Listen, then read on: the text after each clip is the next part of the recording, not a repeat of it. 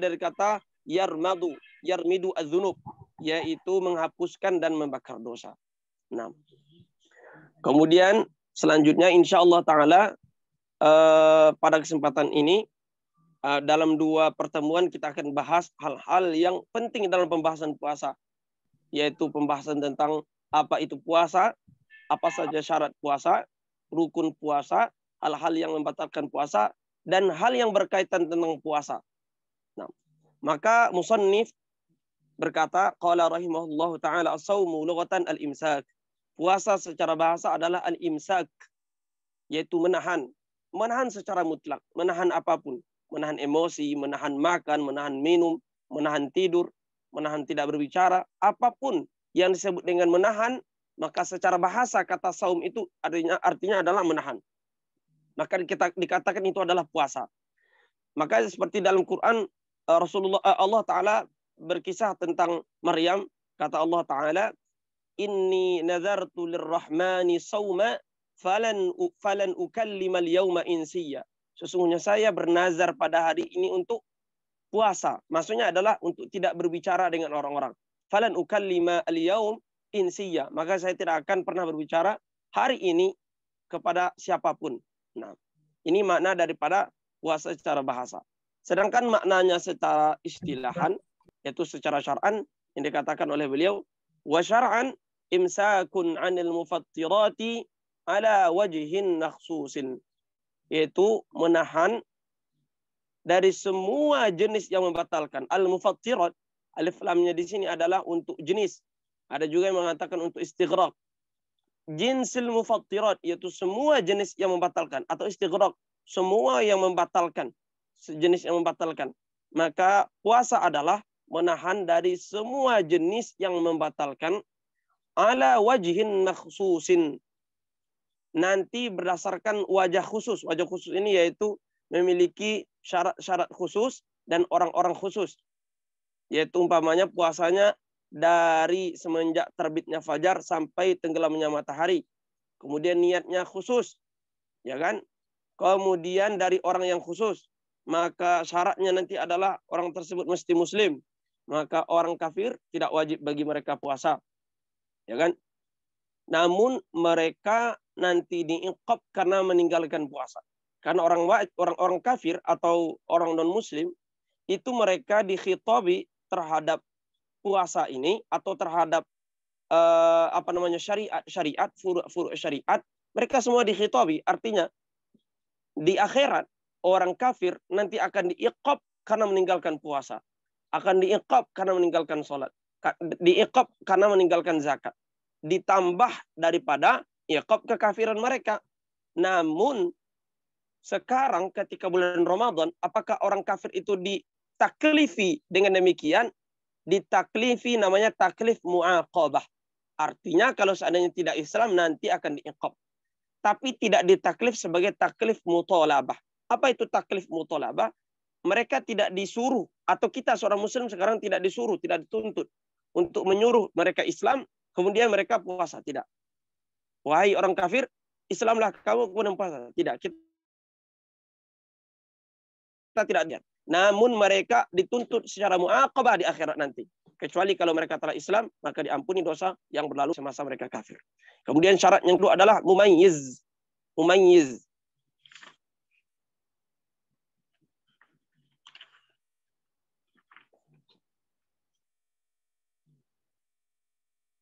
Ya, yaitu mumayyiz, yaitu dia yang memiliki kesadaran. Mumayyiz ini artinya anak itu sudah bisa makan sendiri, minum sendiri, bisa membedakan yang baik, yang buruk, bisa istinja sendiri, bisa membedakan dia antara yang panas dan yang dingin, itu namanya mumayyiz. Kalau anak yang belum bisa sampai kepada tahap seperti itu, ini masih belum mumayyiz dan puasanya tidak sah. Kemudian nanti juga adalah mampu untuk berpuasa, gitu kan? Kemudian juga bersih daripada hal-hal yang menghalangi sah puasa dia. Haid, nifas, gila, dan yang lain-lain yang akan kita bahas nanti. InsyaAllah ta'ala. Kemudian beliau mengatakan, qala rahimahullah, syurutu wujubis saum, syarat wajib puasa. Syarat wajib puasa.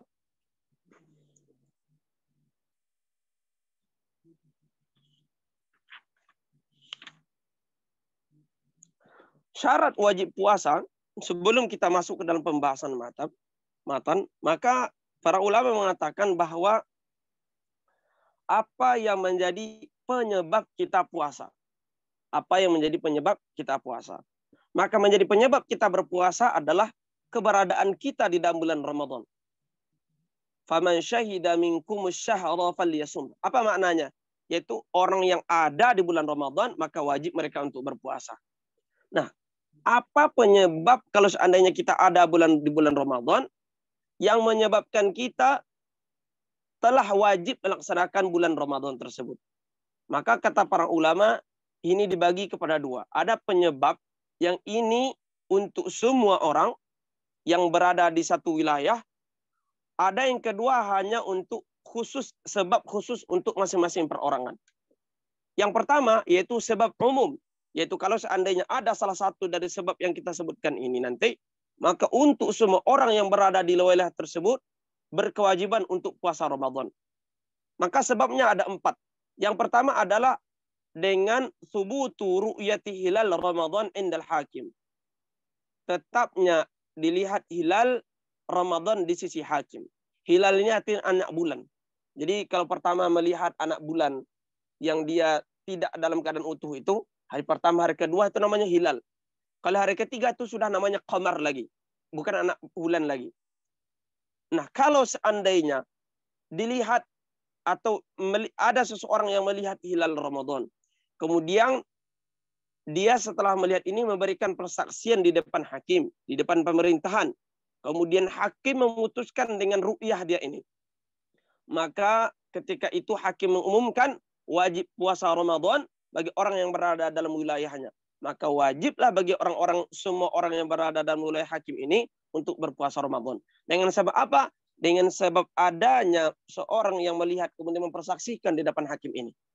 Karena Rasulullah SAW mengatakan, sumu li ru'yatihi wa aftiru li ru'yatihi.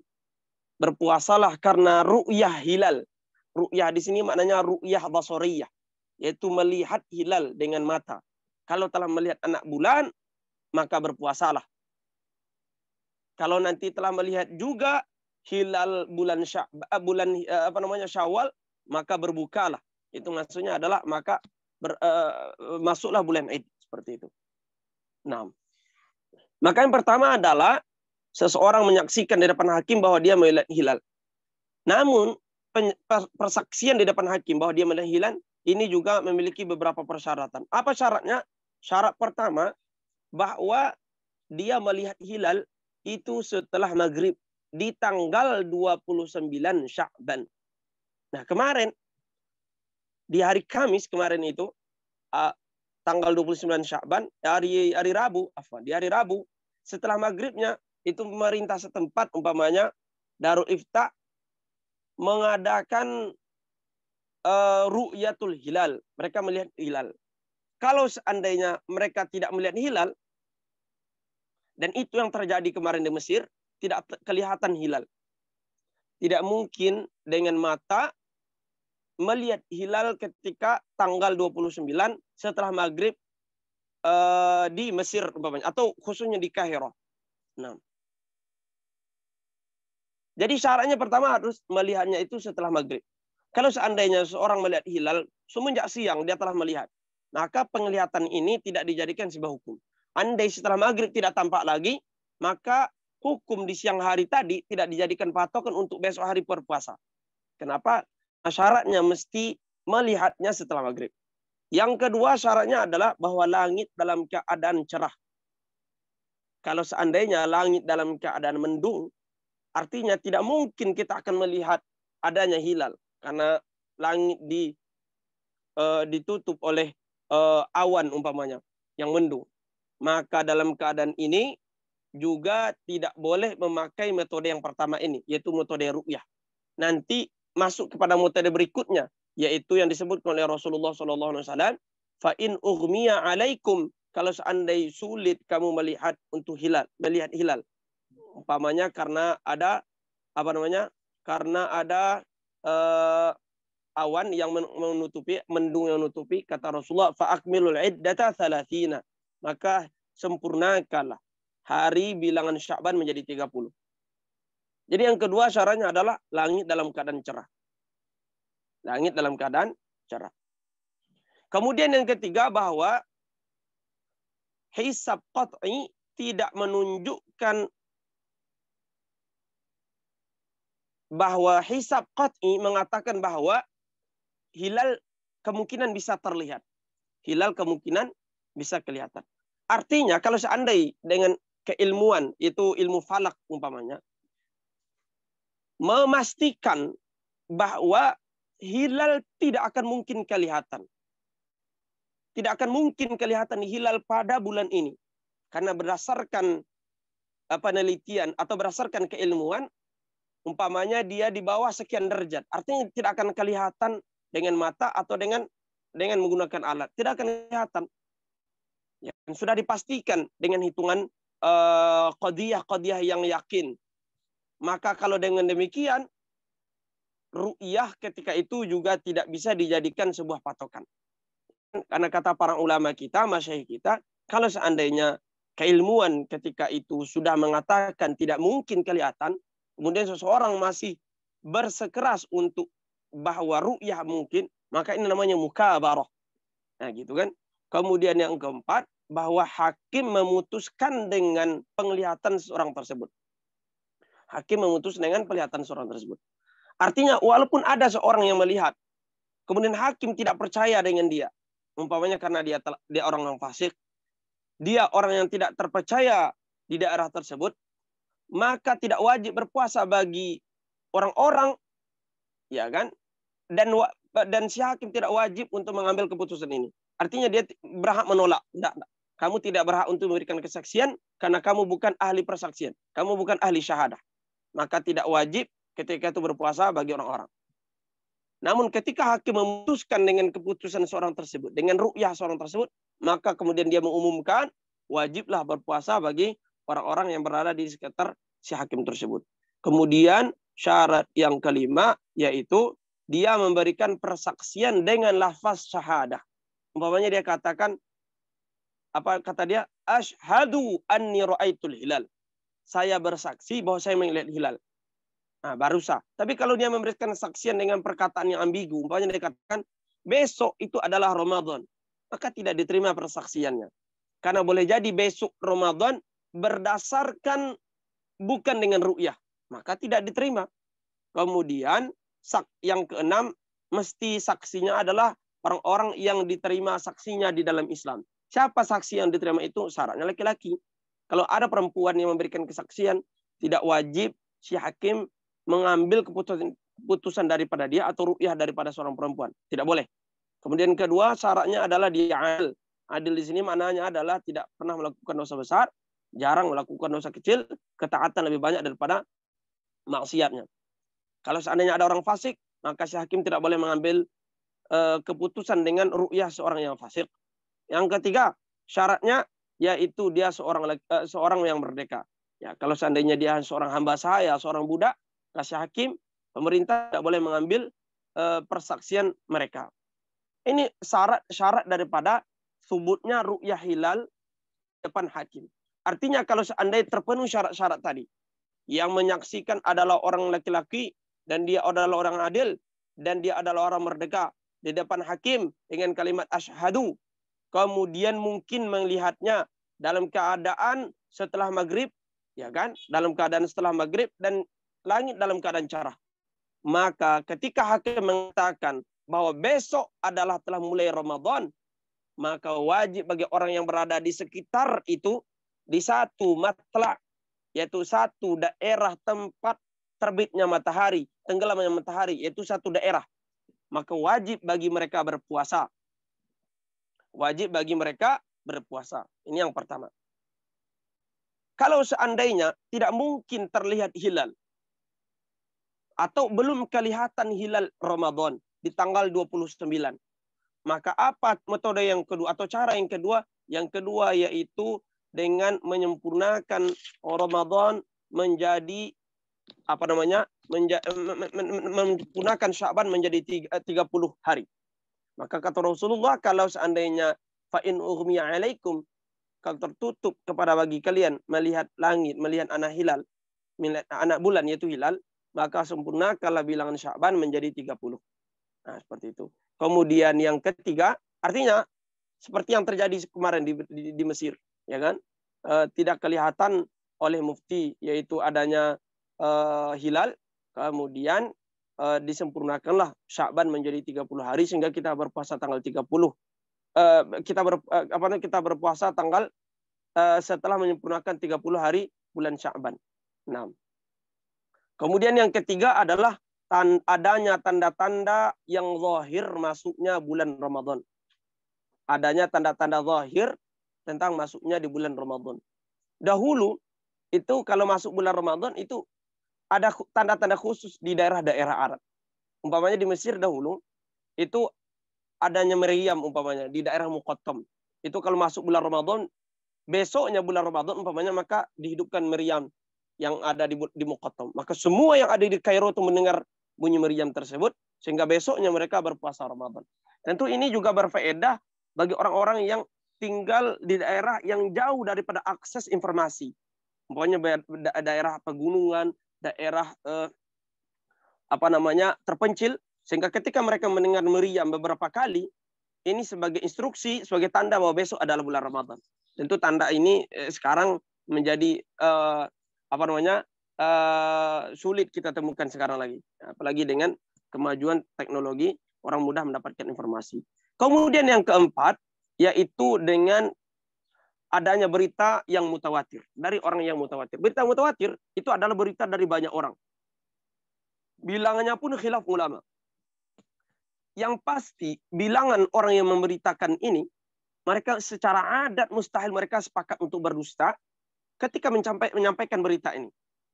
Dan tidak disyaratkan bahwa yang menyampaikan berita dari orang yang mutawatir ini syaratnya muslim. Tidak. Boleh jadi orang kafir. Umpamanya ada orang kafir sekampung. Mereka mengatakan kami telah melihat hilal. Maka wajib ketika itu untuk meyakini berita tersebut karena beritanya sebuah yang berita mutawatir, ilmu daruri, maka imam memberitakan dengan berita ini kepada semua orang bahwa telah terlihat hilal dan wajib bagi mereka untuk puasa Ramadan.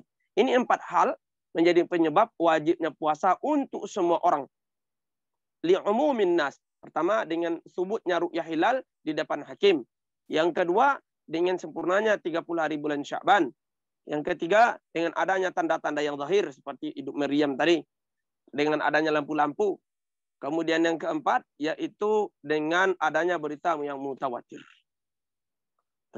Kalau seandainya telah terlihat hilal dari satu daerah, ya, maka wajib juga bagi daerah yang sama matlaknya dengan daerah tersebut untuk berpuasa. Apa itu matlak? Matlak itu artinya adalah yaitu sama matlak, maksudnya adalah sama terbitnya matahari, tenggelamnya matahari, terbitnya bulan, tenggelamnya bulan, bintang di daerah tersebut. Nah gitu, ya kan? Contohnya antara Darrosah dengan Hai Ashir umpamanya, memiliki waktu yang sama, waktu sholat yang sama, ya kan? Waktu maghrib yang sama, waktu subuh yang sama, karena mataharinya sama, nah, gitu. Terbit dan tenggelamnya sama. Ini namanya satu daerah, satu matlak. Nah, ketika kelihatan umpamanya di daerah Darrosah, maka wajib bagi orang yang berada di Hai Ashir, ya kan? Di Tagammu mereka untuk berpuasa. Karena matlaknya sama. Kalau matlaknya yang berbeda, umpamanya daerah Iskandariyah, Alexandria, itu matlaknya berbeda, memiliki waktu sholat yang berbeda dengan Kairo. Matahari terbit pun di sana berbeda dengan terbit di Kairo. Nah, seperti itu. Maka kalau seandainya demikian, belum wajib bagi mereka, yaitu bagi yang di Alexandria, untuk berpuasa Ramadan. Kenapa? Karena matlaknya berbeda. Nah, gitu. Bukankah ketika telah terlihat di satu daerah wajib pula daerah yang lain tidak wajib? Maka yang betul, yang muktamad dan yang diambil oleh para jumhur yaitu ikhtilaf matali', khususnya dalam mazhab Syafi'i. yaitu berbedanya matali'.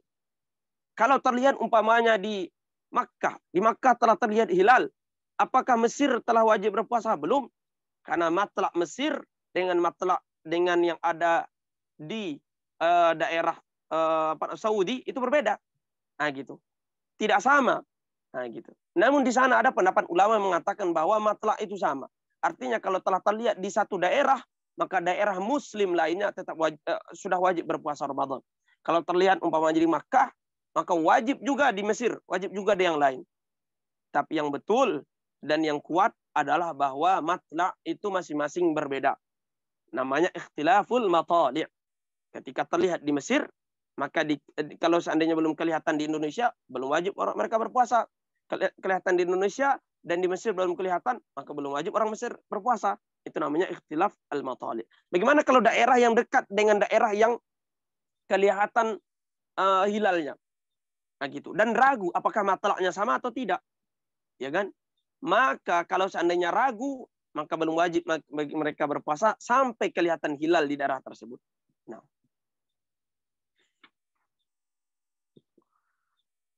Ya.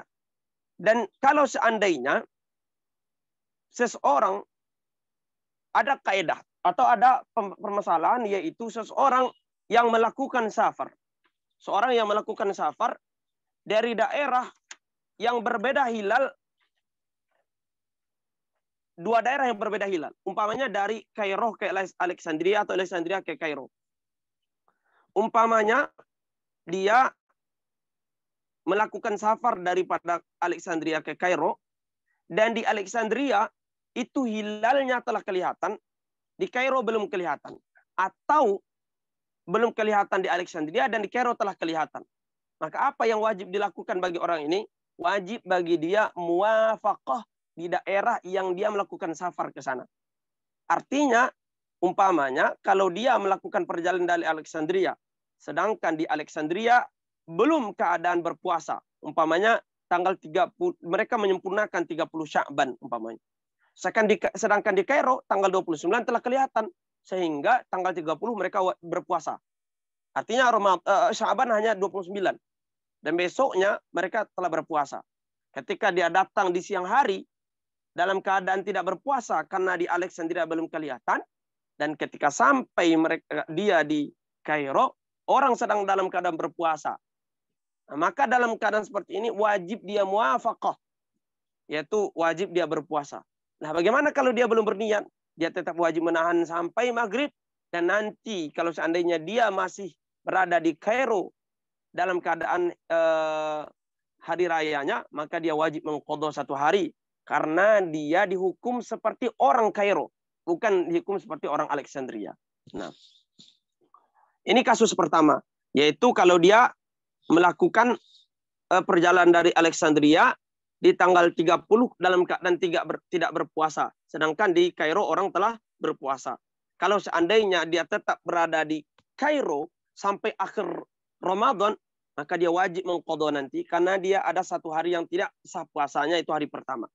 Namun umpamanya karena dia tahu bahwa di Alexandria disempurnakan pula Ramadannya, yaitu dia sebelum 30 Ramadan melakukan safar ke Alex lagi. Maka dia mendapatkan 30 Ramadannya di Alexandria. Maka tidak wajib dia mengqadha karena telah ada 1 hari lagi, ya, karena di sana lambat 1 hari, ya kan, lambat 1 hari berpuasanya. Kasus yang kedua umpamanya kebalikan daripada kasus ini, yaitu dia di Alexandria telah kelihatan hilal. Di Alexandria telah kelihatan hilal, namun di Kairo belum kelihatan hilal. Ketika melakukan perjalanan ke Kairo, di Kairo dia jumpai, umpamanya dia melakukan perjalanan jam 10 pagi. Dijumpai di Kairo ternyata orang-orang dalam keadaan belum berpuasa. Sedangkan dia tadi di sana dalam keadaan telah berpuasa, telah sahur, telah berniat puasa. Sampai di sini orang tidak berpuasa. Orang-orang makan karena belum kelihatan hilal.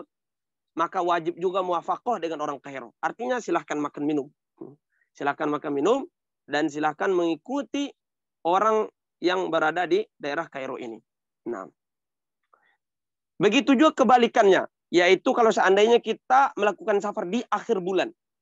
Umpamanya dia melakukan perjalanan dari di akhir bulan Ramadan. Pada tanggal 30 Ramadan, ya kan? Kemudian dia melakukan perjalanan di malam hari. Sampai di Kairo itu malam 30.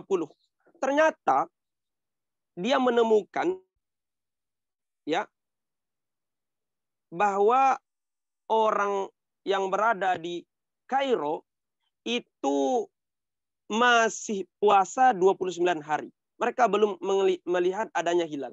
Artinya besok adalah puasa terakhir. Sedangkan di Alex itu sudah berhenti puasanya. Artinya hari ini puasa terakhir, besok adalah hari Id. Karena rencana si Fulan ini sholat Id di Kairo. Ternyata di Kairo besoknya masih ada 1 hari lagi untuk puasa. Maka wajib juga dia puasa besoknya bersama orang-orang yang berada di Kairo. Artinya puasa dia 31 hari. Nah, begitu juga umpamanya kebalikan. Di sana di Alexandria dia masih masih dalam keadaan berpuasa. Masih dalam keadaan puasa. Kemudian sampai di Kairo umpamanya di siang hari atau di pagi hari, ternyata orang Kairo telah melakukan hari raya, sedangkan dia di sana masih dalam keadaan puasa ke-30. Maka dia mengikuti adat orang yang berada di Kairo juga, sehingga dia wajib ketika itu untuk membatalkan puasanya dan Id bersama-sama mereka. Nah, ini hukum tentang matla. Ya, jadi matla itu artinya yaitu tempat kelihatannya hilal, ya, tempat yang dilihat di sana hilal dan tempat dilihat matahari, tempat dilihat bulan dan bintang yang sama. Kalau seandainya satu daerah dengan daerah lain satu matla, maka wajib mereka berpuasa ketika di daerah yang satu tersebut telah kelihatan hilalnya. Nah, ini yang pertama, yaitu wajib puasa bagi semua orang. Yang kedua, wajib berpuasa bagi sebahagian orang saja. Li khususin nas, atau li ahadin nas. Bagi siapa saja, semua yang kita bicarakan tadi, kalau tidak memenuhi syarat, maka dia wajib bagi dia sendiri berpuasa. Umpamanya ada seseorang, dia laki-laki, namun dia tidak mendapatkan kepercayaan. Dia bukan orang yang fiqh. Maka wajib bagi dia sendiri ketika melihat hilal untuk berpuasa. Dan tidak boleh bagi pemerintah mengambil hukum bagi dia, hukum orang fasik ini, kemudian mengumumkan. Tidak boleh. Dia sendiri yang wajib berpuasa, dan bagi orang yang mempercayainya. Umpamanya dia punya teman yang yakin dengan dia, walaupun dia bukan orang yang fiqh. Nah, gitu. Walaupun bukan orang yang fiqh. Nah, seperti itu. Maka yang kedua adalah berita dari orang yang fiqh sekalipun kita tidak membenarkan. Ada seorang teman kita orang yang fiqh sekali. Semua orang meyakini bahwa dia fiqh. Ketika dia kabarkan kepada kita bahwa dia melihat hilal, maka wajib bagi kita berpuasa walaupun kita merasa ragu dengan dia.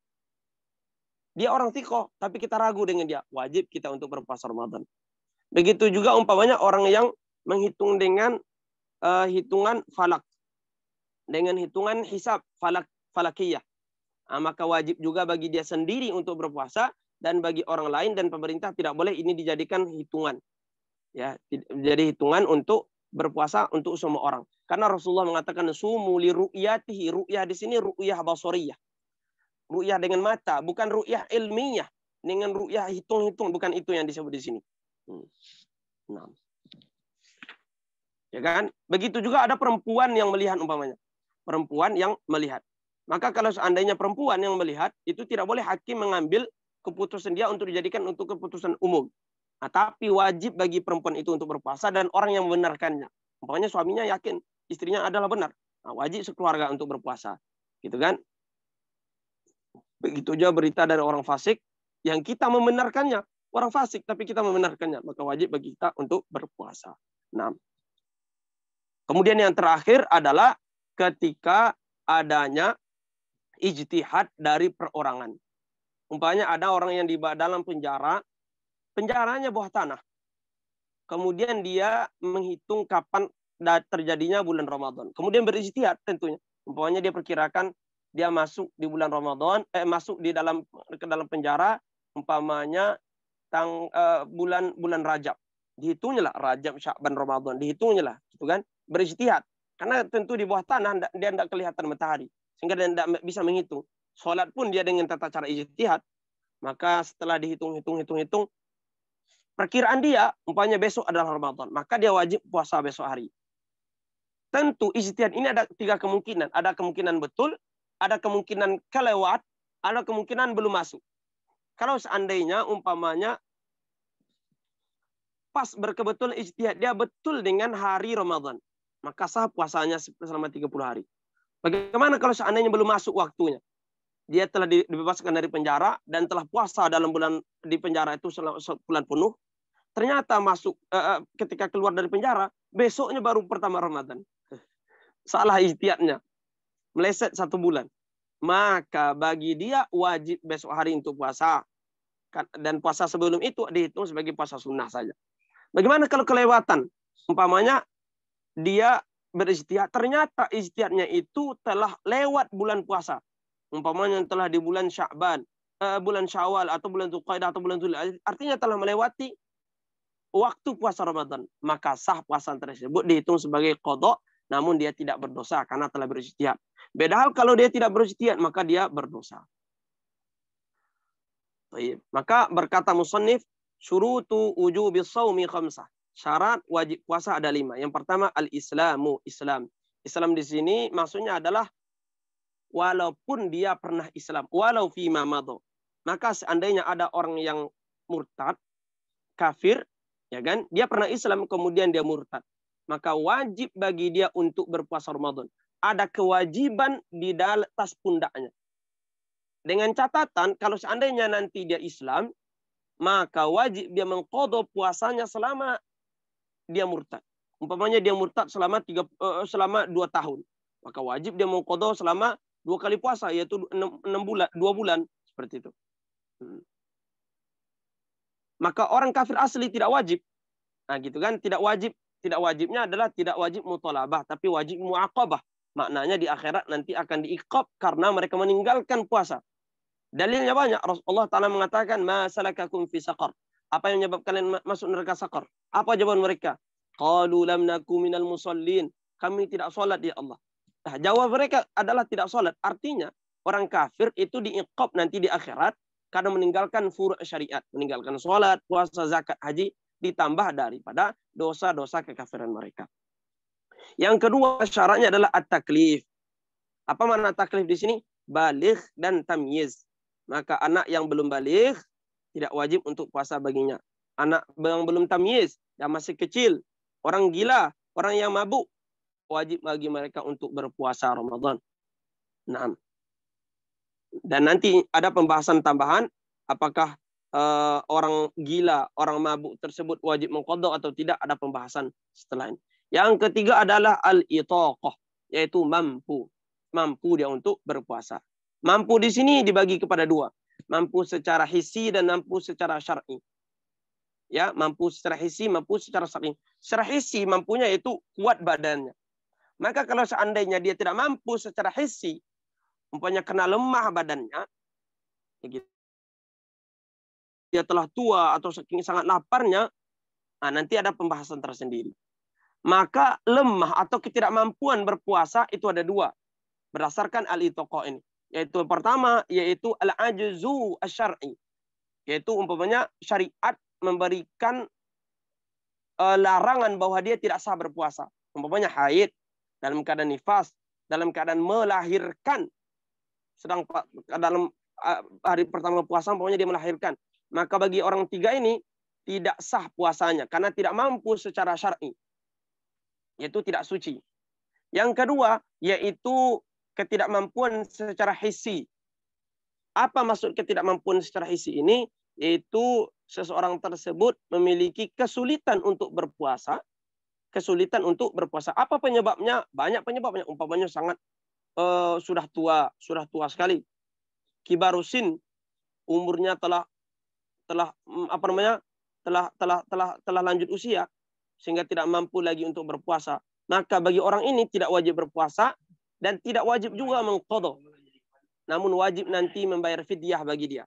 Karena tidak mungkin dia akan bisa berpuasa lagi karena tidak mungkin muda lagi, gitu kan?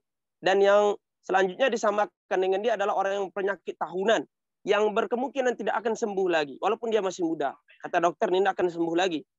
Sehingga wajib dia untuk membayar fidyah nanti.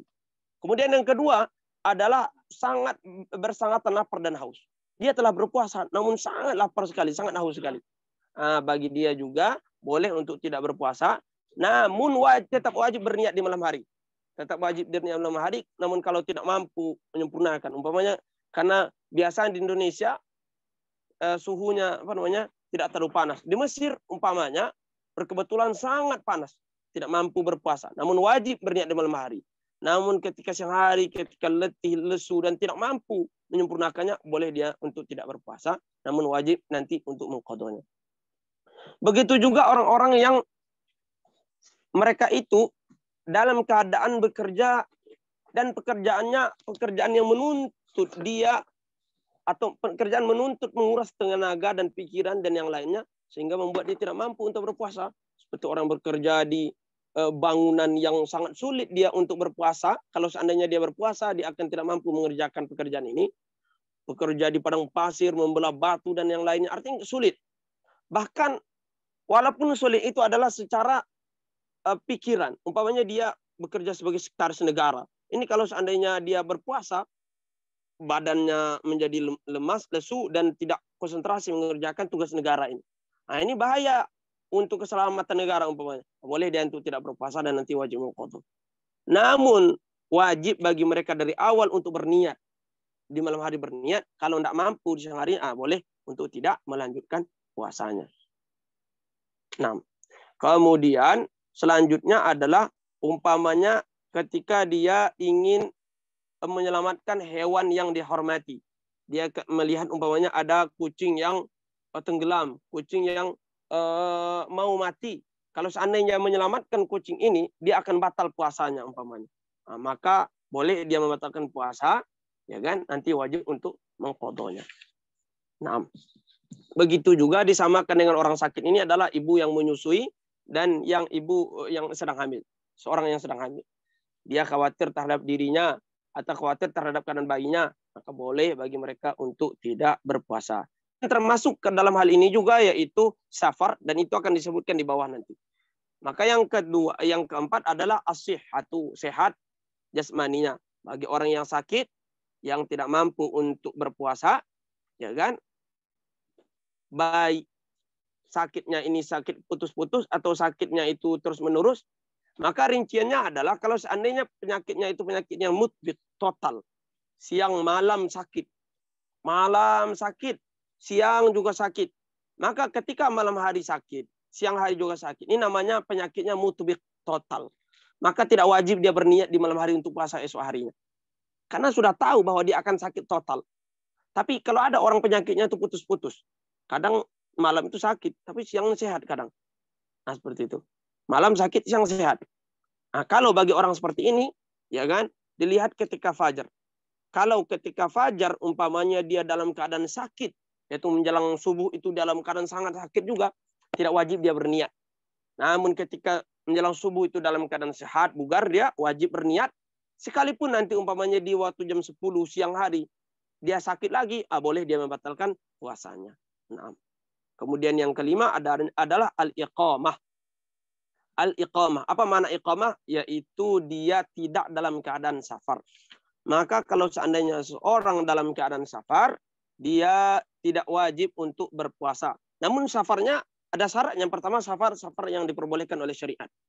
Safarnya safar mubah. Kalau safarnya bukan safar yang diperbolehkan oleh syariat. Umpamanya safar yang safar maksiat. Safarnya untuk melakukan hal-hal yang dilarang oleh syariat. Maka tidak boleh dia untuk tidak berpuasa. Kemudian safar yang diperbolehkan juga adalah safar yang memperbolehkan kita untuk mengqashar sholat. Yaitu minimal 83,40 km. 83,400 km. Nah, 89,400 km. Ya, sekitar 90 kilo. Kalau telah melewati jarak jauh seperti ini, boleh dia tidak berpuasa. Namun syaratnya adalah yang kedua, yaitu safarnya terlebih dahulu ada daripada puasanya. Berarti kapan safarnya? Yaitu sebelum masuknya puasa, yaitu sebelum masuknya terbit fajar. Umpamanya dia melakukan safar semenjak malam hari. Berkebetulan pas di bulan Ramadan. Nah, gitu. Maka ketika masuk fajar, subuh, dia tidak wajib berpuasa. Karena dia memiliki ilat safar dalam keadaan puasa. Umpamanya sekarang dia lakukan perjalanan ke Indonesia jam 3 pagi. Nah, jadi pesawatnya itu take off jam 3 pagi. Nah, maka bagi dia tidak wajib berniat untuk puasa. Nah, boleh. Kenapa? Karena safarnya lebih dahulu daripada puasanya. Nah, kemudian ada yang ketiga yang disyaratkan oleh sebagian ulama, yaitu bahwa dia berkemungkinan ada iqamahnya nanti, ada mukimnya. Artinya kalau dia tidak berkemungkinan ada mukimnya, akan selalu safar terus menerus safarnya. Travel umpamanya, atau sopir yang selalu terus menerus antar kota, antar provinsi. Maka tidak boleh bagi dia tidak berpuasa menurut sebagian ulama. Namun sebagian ulama lain mengatakan tidak masalah. Walaupun seandainya dia tidak pernah mukim. Karena kalau seandainya kita wajibkan akan menjadi kesulitan bagi dia. Nah gitu, ya kan? Nah, maka bagi orang daimus safar, selalu safar, ulama tetap boleh dia untuk tidak berpuasa. Sebagian lain mengatakan tetap wajib dia berniat. Namun kalau tidak mampu, nanti boleh dia membatalkan dan diqadha di waktu perjalanan yang lainnya. Nah, setelah 1 jam ya. Mungkin ini pembahasan kita hari ini. Insya Allah nanti pertemuan kedua kita lanjutkan dalam rukun dan hal-hal yang membatalkan puasa. Allahu a'la wa a'lam. Kemudian kalau seandainya ada pertanyaan, silahkan daripada pesatis yang mau bertanya. Tafadhol. Alhamdulillah. Syukran Ustadz atas penjelasannya. Baik, teman-teman, kita memasuki sesi tanya jawab. Ya, bagi siapa yang punya pertanyaan, jangan sungkan, jangan malu-malu ditanyakan. Fadol. Bu. Dan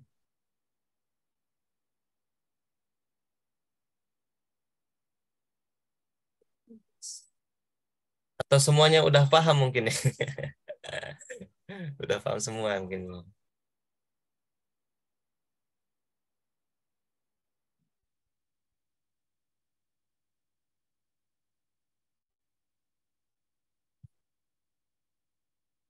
Halo?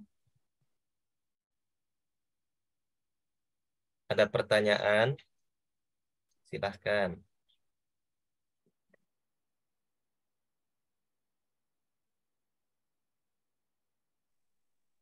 Ada Ustaz, Assalamualaikum. Waalaikumsalam. Waalaikumsalam warahmatullahi wabarakatuh. Abdul Ahmad Riza. Saya punya nenek Ustaz. Dia sakit, kadang hilang ingatan. Gimana itu puasanya Ustaz? Udah tua. Ya, Kadang ada kalau ingatannya, kadang hilang. ya, kalau sudah tua dan hilang ingatan, berarti dia kibar, wajib berpuasa. Wajib bagi dia hanya membayar fidyah. Maksudnya berfidyah ini yaitu dihitung 1 hari 1 mud. Kalau 30 hari tidak puasa 30 mud. Gitu. 1 mud itu segenggamannya ya 0,75, 0,65 liter, sedikit sekali. Boleh dikeluarkan setiap hari dia setelah dia berpuasa. Itu setelah hari puasa itu habis. Umpamanya hari pertama boleh dia bayar umpamanya ketika dia setelah berbuka. Setelah orang berbuka dibayarkan 1 mud itu. Atau dihimpun nanti semuanya 30.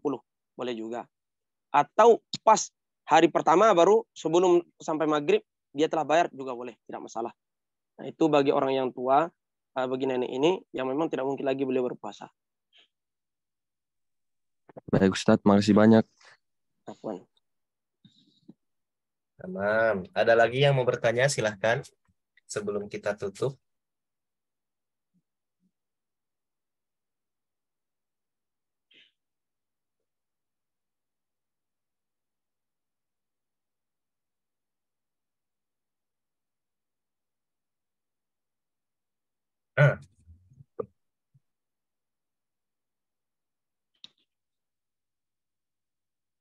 Ada? Baik, kalau tidak ada, mungkin saya punya pertanyaan, Ustaz. Ya, silakan. Kan ada matlak tadi ya per daerah. Apakah ada standar dari matlak gitu, jarak standar perbedaan ru'yah apa hilal gitu? Hilal, ya. Hmm. Kalau menurut Imam apa namanya? Imam Nawawi, yaitu atau apa namanya? Berdasarkan apa namanya? Matahari ini, yaitu matahari muncul atau tidaknya sama di daerah ini. Itu waktu sholat lah. Itu sholat itu kan berpengaruh kepada matahari. Ada menurut Imam Rafi'i itu berdasarkan jarak. Jaraknya kalau seandainya telah mencapai jarak qasar sholat, yaitu sekitar 89,40 meter tadi, maka itu matlaan telah berbeda. Maka kalau seandainya di satu daerah ini kelihatan, maka 80 kilo setelah itu atau 90 kilo daerah orang setelah itu mereka belum wajib berpuasa karena matlaan mereka juga berbeda. Nah, gitu. Baik, berarti standarnya dari jarak bisa qasar gitu tadi ya. Nah, itu standar menurut Imam Rafi'i. Tamam. Yuk kawan-kawan, ada lagi yang ingin bertanya? Mumpung gratis ya. Tidak apa-apa.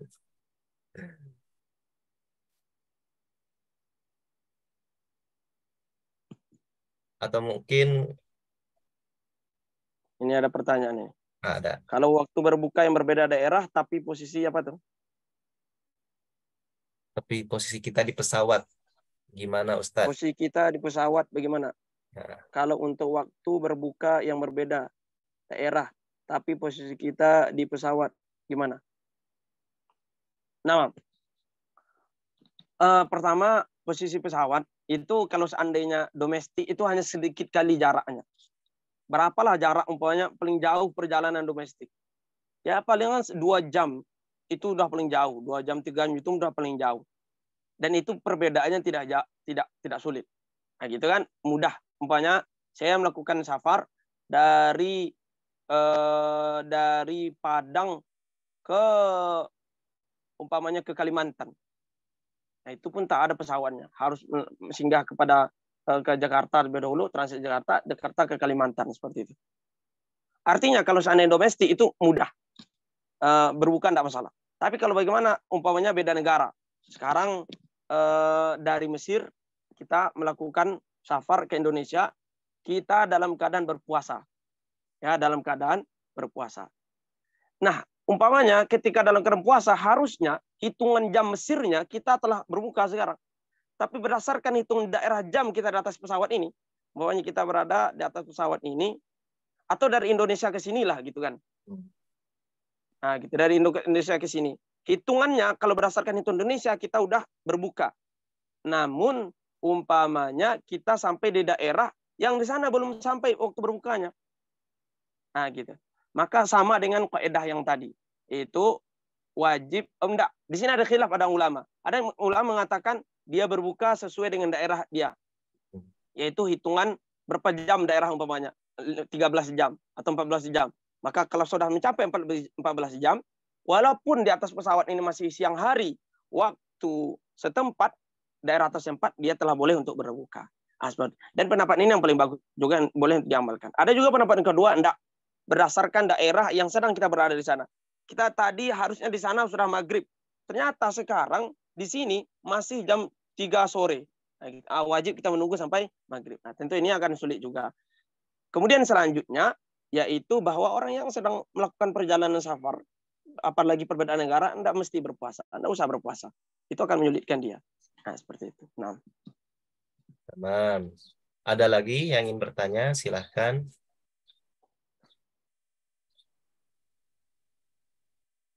Yuk.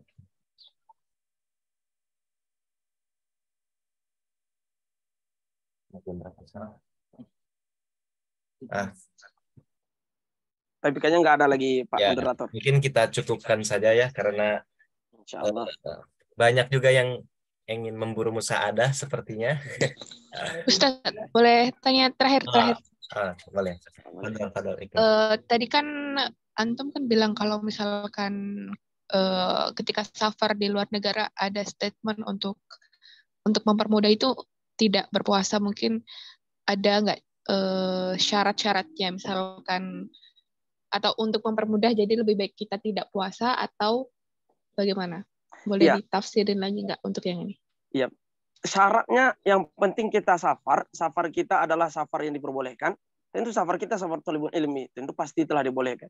Yang kedua, safarnya telah memenuhi syarat-syarat yang boleh kita mengqashar sholat. Apalagi beda negara itu sudah pasti. Itu kan kita ke Indonesia sudah barang pasti. Nah, gitu. Anggaplah umpamanya kita sedang melakukan perjalanan di siang hari nanti, jam 3 sore. Itu kan jam 3 sore, bukan jam 3 sore, anggaplah 10 pagi. 10 pagi kan masih puasa. Kita tetap wajib berniat di malam hari. Tetap wajib berpuasa. Ketika take off jam 10 pagi, di atas pesawat, itu boleh kita membatalkan puasa. Karena hitungannya bukan karena safar, tapi sulit untuk menyempurnakan puasa karena lantaran safar. Beda. Kalau seandainya syarat yang pertama, yaitu lantaran safar, syaratnya safar kita lebih dahulu daripada perjalanan kita, daripada puasa kita. Umpamanya kita safar jam 4 atau jam 3 pagi gitu. Artinya kita melakukan safar, kemudian ada puasa di tengah safar. Nah, ini baru boleh. Tapi kalau dari awal kita sedang dalam keadaan puasa, kemudian ada safar, itu tidak boleh dengan alasan safar. Tapi alasan sulit nanti menyempurnakan ketika safar. Nah, gitu. Maka tidak masalah. Itu aja syaratnya. Berarti kita masih puasa sampai kita berangkat safar gitu. Sampai berangkat safar. Sampai baru berangkat nanti safar. Mulai safar baru kita boleh batalin puasa gitu. Tentu ketika mulai safar kita merasa kesulitan, boleh. Nah, gitu. Tapi seandainya kita tidak merasa sulit pula, ya kan, biasa saja, maka tetap wajib menyempurnakan. Nah, tapi kalau seandainya merasa sulit, itu biasanya kan sulit kita untuk menyempurnakan, apalagi dengan kondisi keadaan badan, keadaan suhu di atas pesawat, itu sulit kita untuk menahan makan minum seperti itu. Maka boleh dibatalkan. Oke, syukran Ustaz. Ya. Baik, saya jawab ya, Saudari Ikma. Itu adalah pertanyaan terakhir karena ini sudah menjelang sore.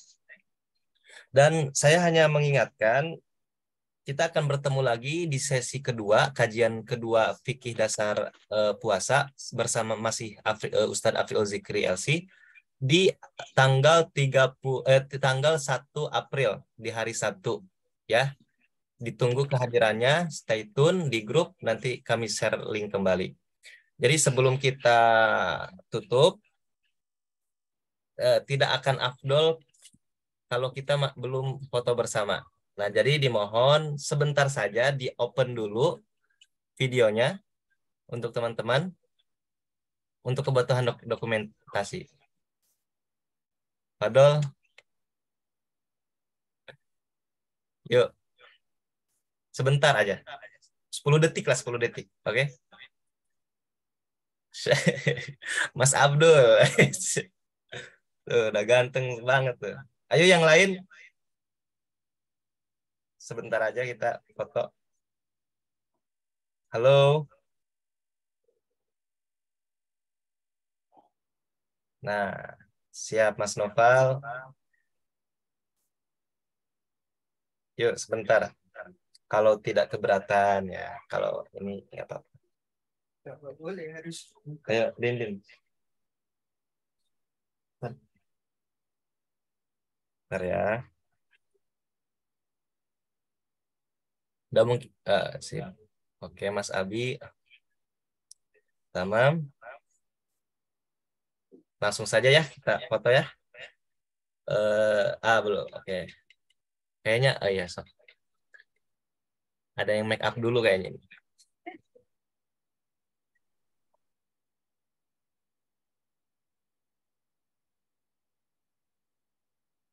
Dah, mungkin gitu. Gitu dulu ya. Senyum, full senyum. 1, 2, 3. Sip. 1, 2, action. Oke. Terima kasih teman-teman. Terkhusus kepada Ustadz Afril Zikri yang sudah menyempatkan waktunya. Jangan lupa kita kembali bertemu lagi di hari Sabtu depan, oke? Saya sebagai dokter mohon maaf kalau takut ada kata-kata yang salah dan semangat untuk puasanya. Ya gitu aja mungkin saya. Wabillahi taufiq wal hidayah. Wassalamualaikum warahmatullahi wabarakatuh. Assalamualaikum warahmatullahi wabarakatuh. Saya N ya.